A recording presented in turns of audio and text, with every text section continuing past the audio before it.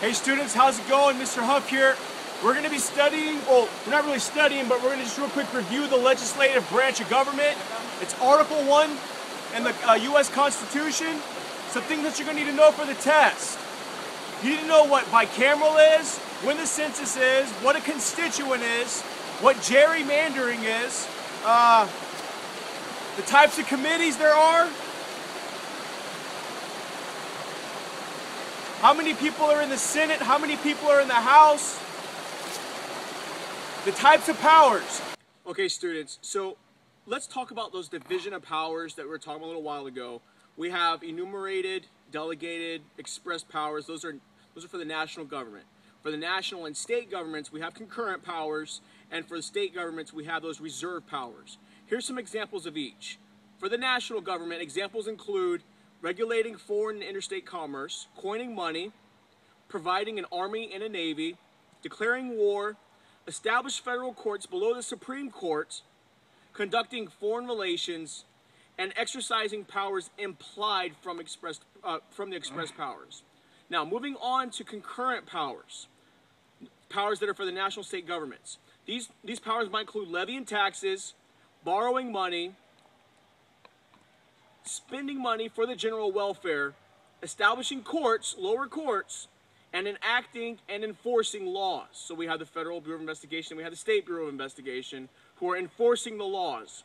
Now, for state governments or those reserve powers, that might include regulating intrastate, meaning within the state commerce, establishing a local government system, administering elections, and protecting the public's health, welfare, and their morals. So make sure we have an understanding of those division of powers. So we need to know all the types of powers, like I said, over and over and over and over again, that this is probably the most complicated part about the legislative branch here.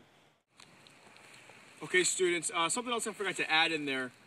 With the types of powers, we need to, I know it's very complicated, all these powers, but I'm just going to reiterate the federal powers, or those national powers. We have the expressed, delegated, and enumerated. Those are powers that are given directly to Congress from the U.S. Constitution.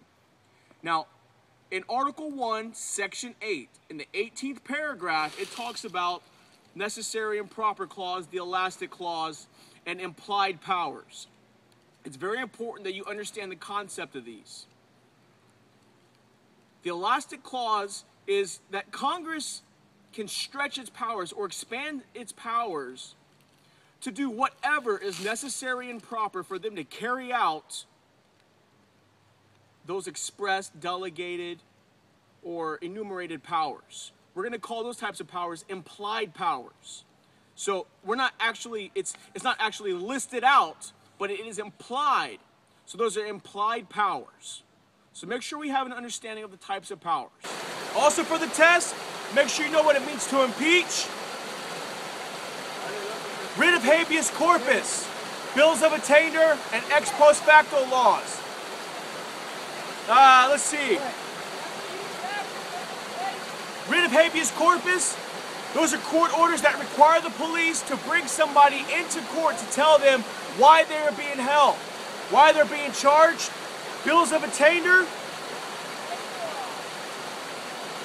those are laws that punish a person without a jury trial, so they cannot do that. Ex post facto laws, after the fact. You cannot be charged for a crime after the fact that it's actually made a crime. Make sure you know the benefits of being a member of Congress. We have franking privileges. You need to know what casework is. And make sure you have an understanding of pork barrel projects and earmarks. We talked about how a bill becomes a law. We did the floor debate in class. Make sure you know what a joint resolution is, what special interest groups are, a filibuster where you talk and talk and talk and talk and talk and talk. Now, we use cloture to end that filibuster. You have to have 3/5 of the Senate or 60% of the Senate to end that. Know what a veto is and what a pocket veto is. Know what the president can do or cannot do when it comes to determining laws. If the president does not do anything with the law for 10 days while Congress is in session, then the law will pass, then the bill will pass and become a law.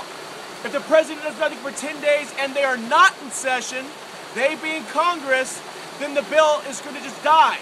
We call that a pocket veto. We know a veto is when the president refuses to sign or rejects a bill to become a law. Make sure you know the process of a bill becoming a law, all the way from an idea of a private citizen, the president, special interest groups, all the way to how the Congress can override a presidential veto by 2/3 vote in both the House and the Senate.